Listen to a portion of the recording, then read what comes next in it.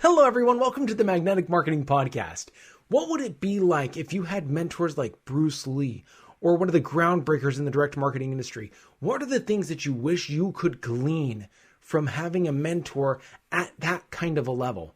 Today, Dan Kennedy brings on two successful business owners, each mentored by geniuses in their field. Marty Edelston, one of the groundbreakers in direct marketing, and Bruce Lee. Now, saying you have a mentor is one thing, but allowing yourself to be teachable, to be able to absorb all of the lessons that are being taught and to be able to treasure those beyond your time with them. What are the lessons that can be learned from being mentored by the greats? Let's listen to Dan Kennedy as he brings on Brian Kurtz and Dwight Woods. I don't think there's anybody that has had a bigger impact in the field of direct response than Dan Kennedy. The legend of Dan Kennedy should be ignored at your own peril. They're not really lessons, they're kind of laws that you live by. Dan opened my eyes to what small business marketing looks like. Dan teaches strategic direct response that is timeless. His ripple effect touches people who don't even know his name. The world as we know it was changed because Dan Kennedy became obsessed with marketing. Welcome to the Magnetic Marketing Podcast with your host, Dan Kennedy. Welcome to the Diamond Call. I have two terrific guests that we will get to in a moment, but I will remind you at the moment of who is on the call. Brian Kurtz from Boardroom Reports, who is being kind enough to call in while he is roaming about Europe. And so he's calling in from Germany today. And Dwight Woods is our other guest on this side of the call this time. And we will be doing a fairly unusual call for Diamond. Each of these individuals has a rather profound and important mentor, model, relationship, each with a different person. And since we all are students, but many of us are also mentors, I think you will find their comments about all of this valuable. So, now that all that is done, I want to talk with both Brian and Dwight about their key mentors and their lessons learned from them and relationships with them, and really the whole process of having a business model or models, of having a life model and life models, and how that has worked. For starters, though, gentlemen, I'll ask you to do your own sing for supper work. And for those who don't know you well, most people know Dwight only as the annoying guy who beats him to the Q&A calls. So if each one of you will just sort of give your thumbnail intro, maybe not all the way back to birth, but from whence you came and kind of what your business looks like now. Brian, why don't you go first? So I'm honored to be on the call. I love everything that you do, Dan, and I think anybody who follows you as a mentor has been privileged, and so I consider one of those people as well. I've been doing direct marketing and direct response for 33 years. I like to say I started when I was 9, so people can do the math and not think I'm as old as I am. But now I'm really proud because my mentor, who I'll talk about later, Marty Edelston, is someone who used to say getting old isn't so bad because you get really smart. And I've gotten pretty smart because I've hung around with great people. My claim to fame, if there were a couple of claims to fame, are just that I've been a great list guy. I've kind of grew up in the list business, mailing list business. I love researching audiences, and I think I understand direct marketing from the human behavior side and the list side as well as anybody I know. I'm responsible for mailing, I would like to say, over 1 billion, probably 1.3 billion pieces of direct mail. Did not lick every stamp, thank goodness. And I'm proud of that fact because to put that many pieces in the mail profitably with a good return on investment and a good lifetime value means that a lot of thought had to go into it, and I had to have a lot of people working with me at my side all the time, and also have great mentors. And I've also done quite a bit on direct response television, in infomercials, and had some incredible successes there. And we do it quite a bit online as well with my company, and this is all with my company, Boardroom Incorporated, which is a publisher of newsletters and books, the largest of which is Bottom Line Personal, which still, believe it or not, has 400,000 paid subscribers to something called a print, that's P-R-I-N-T, newsletter. And we also publish books, and I know, Dan, you love my story of my diabetes book, which just in a year and a half, we sold 200,000 copies. That's hardcover books. On paper, that's P-A-P-E-R. And we never were noticed by the New York Times bestseller list because I really didn't care, because we sold 200,000 books at a huge profit, and I didn't need to sell them on Amazon or at Barnes & Noble. So anyway, that's me in a nutshell, but very involved in direct marketing. I think quickly, one of the points people ought not miss about your experience, and I know you and I agree about this completely, and you made the point about the billion pieces of mail, is that online marketing, even that which is effective and that represents great opportunity, encourages sloppiness and sloth because it doesn't bear heavy costs or huge financial risk. And people like you who have predominantly built your business and spent your life dealing with media that requires somebody to write a check, and usually to write a big check, and often to take risks, tends to be a lot more diligent and meticulous and work a lot harder at everything from list selection to product to offer to copy to understanding both the math and the psychology than folks who have sort of grown up doing it all online. So I think that experience is richer and more valuable, even if you take it and transfer its lessons to online marketing. It's funny you say that, Dan. I did an article recently, which I think I'm going to post to my list this week, since I don't want to have to do a new article while I'm in Germany, which was titled How Paying Postage Made Me a Better Marketer. And it's 12 lessons of, what that means, exactly what you just talked about. And I also like to say $1 per thousand marketing, which would be email, deserves $500 per thousand thinking, which would be the cost. Although I wish direct mail was still $500 a thousand. It's getting costlier as I sit on this call. That's right. All right, my friend Dwight. Well, I am doubly honored to be on this phone call. I mean, look, I'm out of my league because I came into the marketing world 8 years ago. I've been in the martial art world for over 40 years. And like Brian, I started when I was really young. I was like, 6 months old when I started. So,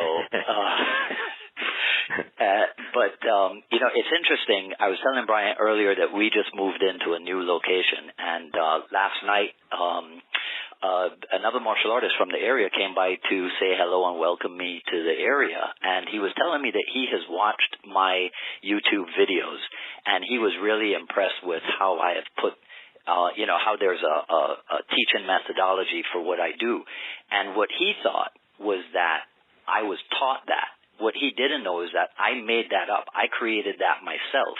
And the reason why I was able to do that, because it doesn't exist in the Jeet Kune Do world so much, the reason why I was able to do that is because I became a student of marketing through you, Mr. Kennedy, 8 years ago. And so, in a nutshell, I am best known as a Jeet Kune Do instructor. I'm not as well known as a Jeet Kune Do marketer, but I'm working real hard on that. Well, it's not necessarily bad that somebody is not known as a great marketer or as a great salesperson, particularly in certain environments.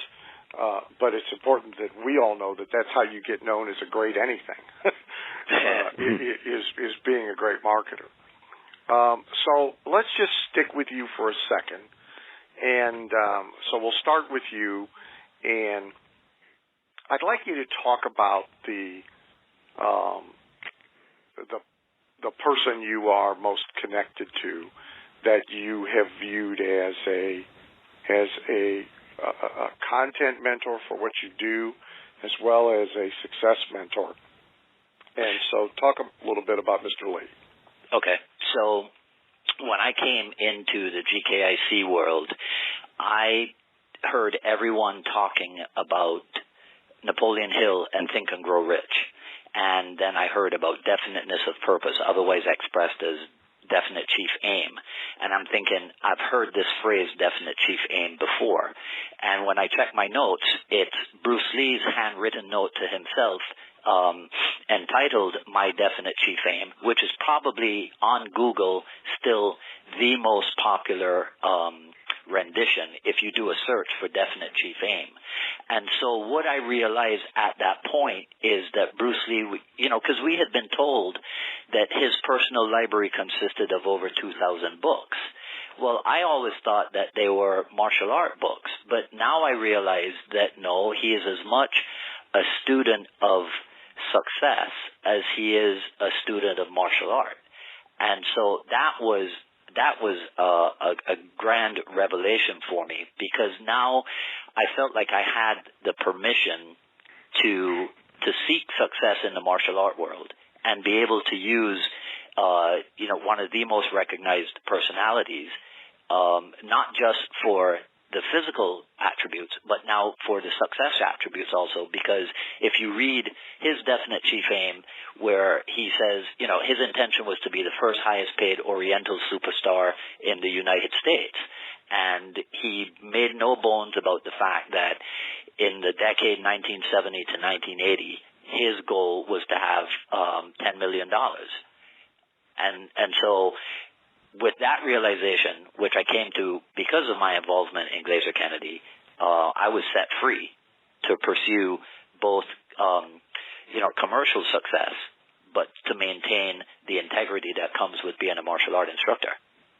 I think that, and it's really interesting that martial arts is one of those professions or business categories, whatever you wish to call it, where there is a lot of the sackcloth and ashes mentality. Oh, yeah. That we're really, we're just really supposed to serve and be excellent at what we do, and somehow the money will take care of itself, and it's sort of unseemly to talk about money. And here the idol of many. Exactly. Was as crass about it, as you possibly could, and determined about it as you could possibly be. I think that one of the things that finding mentors and finding models, and then really researching them, not just sort of superficially knowing about them, often does for people is what this did for you. It hands somebody a giant permission slip to think and behave in an effective way that they might otherwise, not have done. Right. Oh, yeah, it's made me a much better instructor. Well, okay, talk about that a little bit. Okay, well, so now... So it gave you permission to be an aggressive marketer. And to integrate every aspect of marketing that can be integrated onto the teaching floor. So when you said to us, doesn't matter what business you're in, you're pretty much in the entertainment business. Well, that made complete sense to me. I would never have thought that 10 years ago, but it makes complete sense to me, right? And like you just said, I mean, Bruce Lee is probably still one of the world's most popular entertainers, right? Yeah. So I am able to use so many aspects of his personality and so many of the things that I've come to understand about him through the research that I've done on him, and put it into my teaching, and I become a better instructor, and my students become better because they too get permission slips to think in a much more elevated way. All right, Brian, I'll go to you and let you sort of go down the same path about Marty. Yeah, so actually that was very inspiring what Dwight just shared, and we were having a little conversation before we started about this whole notion about marketing in certain places. So martial arts could be one of them, but there are many others in health and fitness. There's a lot of places where it's almost marketing is evil. We can't market. We're too altruistic to do that. We're too much into a mission to do that. And I said to Dwight, and we agreed that it's almost irresponsible to not get your message or your service or your contribution out to the world, and nothing happens until you market it. So kudos to Dwight and all he's doing. So I was very inspired to hear all of that. So thank you. I have a lot of mentors. I've kind of lived my whole life as a mentee, realizing now that it's my turn to go the other way. But Marty Edelston, who founded Boardroom out of his basement in 1972, he was a man, and it's a nice segue because he was a black belt in karate, which was kind of interesting. I'll tell you about that later if it's relevant. But the focus that he had and the tenacity that he had for both living a full life and and he just passed away in October, for living a full life and to be just excellent in everything he did is something that I hope that I can live into for the rest of my life. And he chose me. I got to Boardroom in 1981, heard his story and was totally inspired. Here's a guy who worked in the magazine business selling space, and he outworked everybody. He sold better than anybody. He was probably the best advertising salesman in the magazine business ever. And then when it came time to launch his own magazine, no one would fund him and no one would give him the money. So instead he started a newsletter because it was a lot cheaper. And so the best advertising salesman of all time launched a newsletter with no advertising. And so he was also a student of direct response. If you watched the way he lived his life before I knew him, because I've traced everything that Marty did before I met him, he made sure to align himself with everybody that he could learn from, everything that he could become better, to become the best that he could be. He had an expression that says you only go through life once, you might as well be the world's best. And when I got to Boardroom in 1981, the company was about a $3 million business. And he just chose me. And when he chose me, I said, this is a huge responsibility to be the guy that this guy's going to take under his wing, and teach everything that he knew up to that point. And then together we became this incredible partnership, in building what was as high as a $150 million business, selling mostly books and newsletters, a lot in the health category, helping millions and millions of people. And Marty was he epitomized that expression of, when you can't distinguish between your work and your play, life is just such a great is so much greater. And to teach me that at a very young age was just one of the gifts of all time, and I live into that today. That's a broad overview. Yeah, as you know, and I'm going to come back and look for the one big thing from you. So, for Dwight, it really was permission. So I'm going to come back in a second. I'll look for that one big thing. But, as you know, I knew Marty, not obviously on the level that you did, but I did know Marty and spent some time with Marty and had some conversations with Marty and studied Marty. And I think, as you say, there are many lessons. He absolutely epitomized generosity with his platform. Being helpful to people in many cases where there was no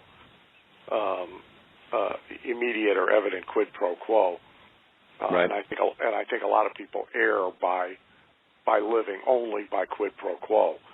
But the thing that was most impressive to me about Marty was his unfettered, insatiable curiosity, both going broad and going deep.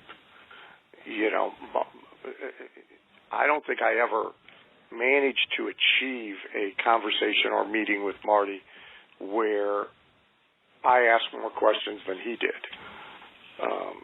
This was a guy always digging and probing and trying to see if you knew something or somebody that he didn't know that might be interesting or useful to him. And you reached out you reached out to me after Marty passed away and sent me a beautiful one-page letter just outlining, what Marty meant as an entrepreneur, as a direct marketer, all the things that you admired. And if you recall, I sent you a copy of my eulogy. And my eulogy of Marty, basically, Marty used to talk about being this ordinary guy from Newark, New Jersey, who ended up doing extraordinary things. And the night before his funeral, I'm sitting at my kitchen table, at 2 a.m. What am I going to say about this guy? I've worked together with him for 33 years. He was like a second father to me. We were tremendous business partners. So what made him so extraordinary? And I came up with 4 things that, on the kitchen table that night, which I then shared with you. And as you recall, the 4 were that he outworked everybody. He had just he was tireless, and not just working for the sake of working because he loved it. He had this insatiable curiosity, which I think is just amazing, and I have so many stories about that, specific examples, and you just gave a couple, Dan. The third was that he only surrounded himself with the smartest people. I love the expression, if you're the smartest person in the room, you're in the wrong room. Yeah. And Marty lived that every day of his life, and in most cases he could have easily been the smartest person in the room, but by going in knowing that he wasn't, that there was always someone in the room that knew something about something that he didn't, made him take that insatiable curiosity and create this body of knowledge that was just incredible. And then the fourth thing, which goes into the generosity category that you talked about, but it's even bigger than that, it's that he always thought in terms of how he could save lives. And saving lives, I used to say saving lives is different than just running into a burning building, pulling people from a burning building. Marty, besides the philanthropy and the gift giving and just doing nice things for people, as you said, with no reciprocation, with no promise of any kind of quid pro quo, he also understood that if he had 1 million subscribers to Bottom Line Personal, which we once had, he wanted to save every one of their lives with every article that went in there. And then he wanted to save everybody at that time, he had the triple Rolodex. Those people on this call probably don't even know what a Rolodex is, a lot of them. But back in the day when you didn't have a contact list on your iPhone, Marty had one of those triple Rolodexes, meaning that he had 3 wheels. They were these wheels of business cards, and they were the big ones. I'm not talking small wheels. I'm talking big wheels. And he had 3 of them. I remember the day I got my second. Went from my first to my second. He was patting me on the head saying, "You'll get there. You'll get there." And it wasn't because he was collecting people. Like Marty would have hated Facebook. He wasn't collecting people, and he wasn't collecting business cards. He was collecting knowledge. And so he would save the 1 million lives on the subscriber list. He would save anybody in his triple Rolodex. The 85 employees or so that worked for him, he would save any one of their lives, any chance he got, obviously any one of his family member, and every life was precious to him. But in the way that he was teaching all the time. Everything was a learning opportunity. Everything was also a teaching opportunity. So those are like the 4 big things. Those are big takeaways, and there's a lot of examples. Now, the flip Dan, side, you and I are going to have enough. Go ahead. The flip side is Marty was a great capitalist. Absolutely. Absolutely. And he was incredibly adept. I only know 3 or 4 people maybe in the same league. He was incredibly adept at getting tons and tons and tons of people to work free. Yeah. Had the massive amounts of content, contributed to those publications, but without paying for it. That's correct. And, I think of who's speaking for me in June, Mark Victor Hansen and the Chicken Soup for the Soul empire, in much the same way. And an incredibly adept person at figuring out how to get everybody to do all the work for him. And, Marty was great at that. And you wanted to do it. I mean, he made it so that, you just wanted to do it because that's who he was. Just as an aside, could you just very quickly talk about the salon dinners? Yeah. So that's not a lot of people maybe. Well, first of all, not a lot of people were fortunate enough to be invited over the years, but obviously a lot were. And it's somewhat a concept I teach people to do in their own worlds and in their own industries. Yeah. So the boardroom dinners are legendary, and they're still going on. I mean, actually, when Marty had his stroke, I ran them by myself for a couple of years. And it's an amazing concept. Basically, Marty used to say, no better way to spend an evening. And the concept actually ties into a lesson from another mentor of mine, Dick Benson, who was probably the smartest man who ever lived in the direct mail world. And Dick, I used to always say to Dick, why are you so smart? How did you get so smart? And Dick would look at me and take his thumb and his index finger and put them an inch apart, and he'd say, I know everything about this much. And Marty understood that. Like, Marty understood that if you could bring people together in a room, that everybody was clearly going to be an expert about this much. And again, an inch apart, thumb and index finger. And if you put each one of them in a room and had them all take turns to go around a table in one evening to talk about, for 5 or 10 minutes, the thing they knew everything about in a nutshell, you were going to come away from an event like that so much smarter. It's not just a bunch of people speaking at a live event. It was an interactive environment, and you've been to many of the dinners, Dan, and we were fortunate to be at dinners together. And Marty was a master MC as well.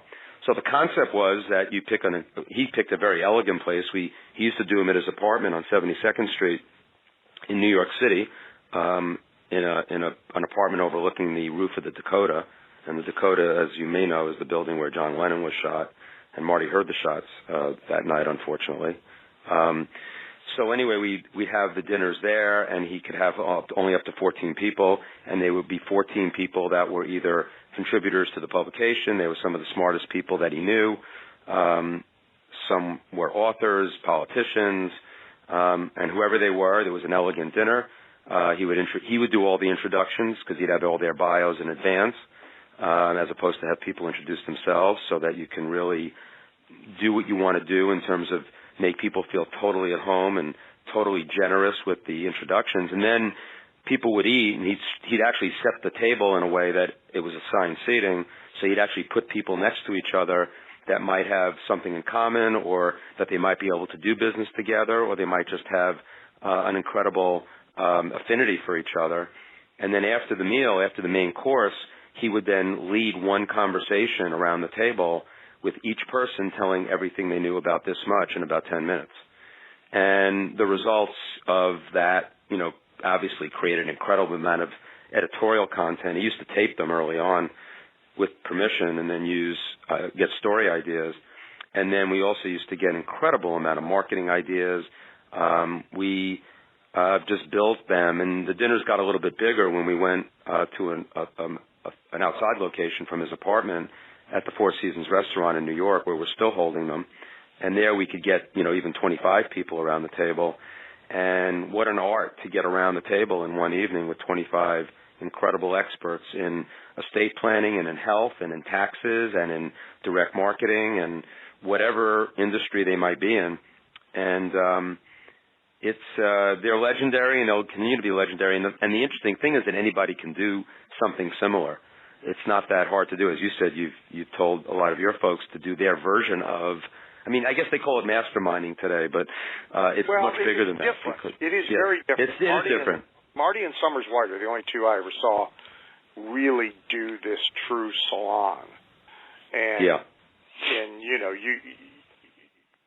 it's not about everybody talking about their businesses necessarily. it is, as you say, it is about putting really a diverse and eclectic group of really, really smart people in a room, and Exactly. and having each one focus on his true super expertise and super interest. Yeah, actually, some of the worst, not the worst, but the dinners that were the least fulfilling were the ones that stayed on, like you had 4 marketers in the room or 4 or 6 doctors, and while all the information was interesting, you didn't get the diversity, and those dinners weren't as good as the ones where you had the incredible diversity. And everybody has that kind of diverse group in their life. You don't realize everybody in your life is an expert in something. Can I tell you my bottom line story? Sure. Okay, so when I left school and started working in the airline industry, I worked for Eastern Airlines right out of school, and when I started, the very same people who don't know what a Rolodex is don't know Eastern Airlines. They never heard of Eastern Airlines. Yeah. That's right. They can look them up because they're trying to resuscitate. Somebody bought the name. Somebody bought the intellectual property. Yeah. They're trying to resuscitate them. I think as a charter company or something, and they're going to do it all wrong. Yeah. But anyway. But yeah, so when I started work at Eastern, we had 2 727 jets, which nobody will know what those are, that flew to the islands out of San Juan and out of St. Croix. And about 6 months after I joined, all of that was changed, and it became a wide-body L-1011, now serving the islands out of Miami. So I started visiting the mainland, and I realized immediately that Americans, as we call them, were not necessarily smarter than us island people, but they were definitely better informed. So bottom line, personal became one of my research pieces that helped me to carry on intelligent conversations with people from the mainland. Is that interesting? And that is very interesting. If I'm not mistaken, Brian, for a time, weren't there sample issues in airline seat pockets? Yeah, we had a thing called currents that, again, we couldn't make any money doing it, but we actually, it's anecdotal, but a lot of people found out about boardroom reports and then bottom line in the, not just the seat pockets, which was currents. It was like a little mini version of bottom line, but then we also were in some of the Sky Clubs at the time and the Hyatt, the Hyatt Hotel waiting rooms and stuff. But it's interesting what Dwight said is that one of the things that I like to talk about with Marty, I came up with this. I came up with this for the eulogy, and I said, Marty, I think felt like reading books cover to cover was actually overrated, but reading was not. And what I mean by that is that he knew that no one could read all the stuff that you needed to read to become as intelligent as Dwight figured out when he came to the mainland. And so he understood the idea of digesting at such at an incredible level that basically, the concept that there's probably one chapter in every book, except yours, Dan, that's worth reading. And so there's a lot of, just you want to get that gold nugget and that gist of that. And in fact, the first promotion for Boardroom Reports was written by the great Gene Schwartz, and it was read 300 business magazines in 30 minutes and get the guts of each. And so, making sure that people could become educated quickly was something Marty was so ahead of his time. I always said he invented hypertext before the Internet. He just understood this concept of information and what you needed and what what was neat to have versus nice to have. And what an incredible gift to have that he saw that. He was like a real seer of that. He was just incredible that way. I go through a lot of books. Even hardbound books. What you'll find that I keep is maybe 5, 6, 8 pages ripped out, stapled together. Yeah. With the cover stapled to them, and the rest of the book goes in the trash. But that's what you and Marty were so simpatico. He admired you so much, and I think, and vice versa, obviously. And I think because you both have that incredible thirst for knowledge, but you don't want to waste your time. Okay, I'm going to have one more question for each of you, And so the question is, and we'll start with Dwight. So you have to think quicker than Brian does. I'm younger. There you go. That's right. The synapses will fire quicker. Thanks a lot. I'm gonna go check my Rolodex while you guys are doing it. I mean, in part because there's a lot less for the synapses to work their way through. So the question is, what big tip can you give people about modeling, about paying deep and thorough attention to somebody and being able to extract actionable items from them? And so I'm looking for a really valuable tip here from what you did in your case with Bruce Lee, and in Brian's case with Marty. All right. Well, so let me make sure I clarify that today I am a product of 3 mentors. Bruce Lee, who I never met personally, his premier disciple, Dan Inosanto, who's been my teacher for the past 31 years, and then you, Dan Kennedy. So I have blended teaching and lessons from the 3 of you. But in answer to your question, we were at a seminar in Sarasota, I think it was 1995, and I asked Sifu Inosanto, my teacher, whether or not it was okay to copy how someone else moved in martial art. And he said to me, yes, it's fine as long as that person's motion is considered to be exemplary. But the deeper lesson in that is you don't get anywhere just by copying people. You do have to do it's and the responsibility is yours ultimately. So yes, you can model people, you can try to copy what somebody does, but you still have to do your own research as to how that person got to move that way, why that person is considered to be exemplary. It can't just be blind copy. So that's kind of like when you tell us, Mr. Kennedy, about using somebody else's copy to inspire your own. You can't just swipe it wholesale.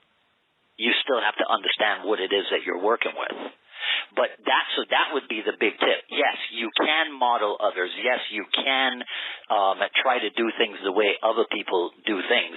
But not blindly. It's got to be a result of your own research. As a matter of fact, I'll just finish with this. So there are 4 quotes from Bruce Lee, which I always talk about, and I call them the 4 tenets of Jeet Kune Do. And tenet number 1 is research your own experience for the truth. Tenet number 2 is absorb what is useful. Tenet number 3 is reject what is useless.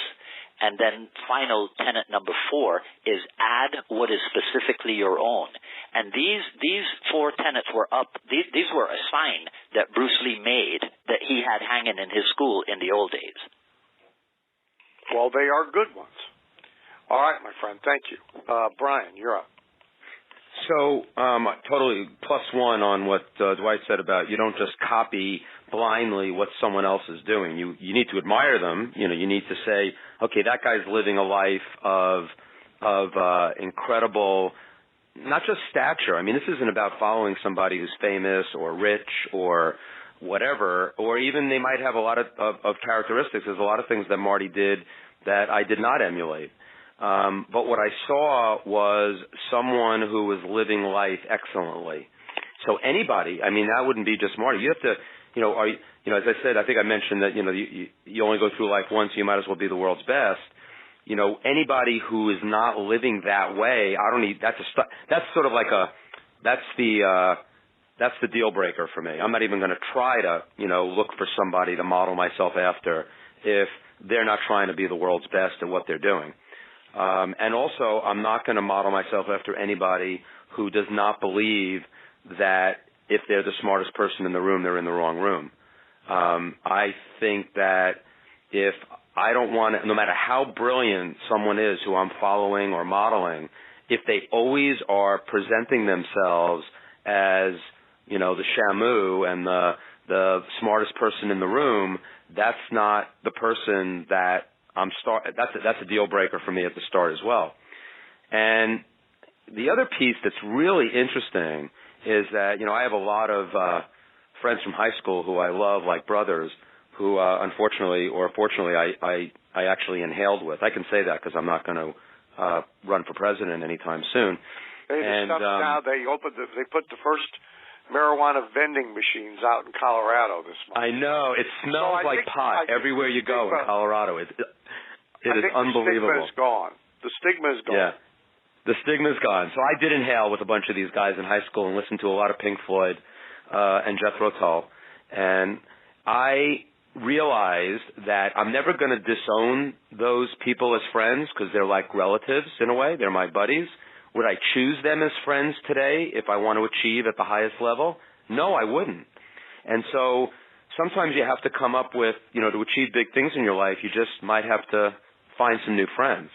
And it doesn't mean that you have to shun the old friends, but you have to understand that if you're really modeling yourself after someone or a group of people who are doing this world's best thing, which is there's nothing better than doing the world's best thing, then I'm not going to spend a lot of time with people who aren't playing in that game. And then the other, one last piece, and I'll read a quote which was on the back of Marty's business cards. And this is something that I don't know if it's as universal for everybody else, but it is for me at this stage of my life as I look back about how you work and how you play in your life.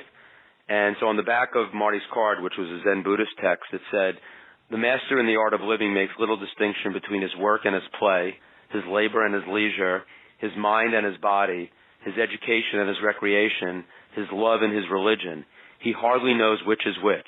He simply pursues his vision of excellence in whatever he does, leaving others to decide whether he is working or playing. To him, he is always doing both."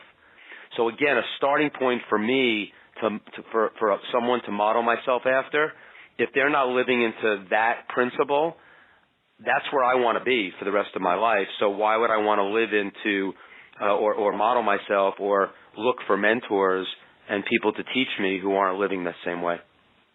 And I'm going to take the liberty of sort of translating and adding. I think one of the most important things that you've just described that a lot of people are very reluctant to do is to be judgmental and to have litmus tests about who they let in and who they don't let in and who they pay attention to and who they don't pay attention to. And not only is it okay to have litmus tests, and to say this is a deal breaker, I'm not letting this person in. I think it's essential to have them. I think it's extremely important. All right, gentlemen, we could go on, but I am afraid we are out of clock. And so, Brian, Dwight, thank you very much for your time and your insights. And everybody on the call, thank you for being here. And if not before, I'll talk to you same channel next month. Thank you for listening to the Magnetic Marketing Podcast with Dan Kennedy. If you love hearing in on these lost Dan Kennedy talks and speeches and calls, then please let someone else know about this podcast. That's how you can help it to grow. And the more it grows, the more free Dan Kennedy we can bring to you. Also, Dan would love to give you the most incredible free gift ever, designed to help you make maximum money in minimum time. Now, this free gift comes with almost $20,000 in pure money-making information for free just for saying maybe. You can get this gift from Dan right now at nobsletter.com. Not only will you get the $20,000 gift, you're also going to get a subscription to 2 marketing newsletters that will be hand-delivered by the mailman to your mailbox each and every month. One from Dan Kennedy and one from me, Russell Brunson. To get this gift and your subscription, go to nobsletter.com right now.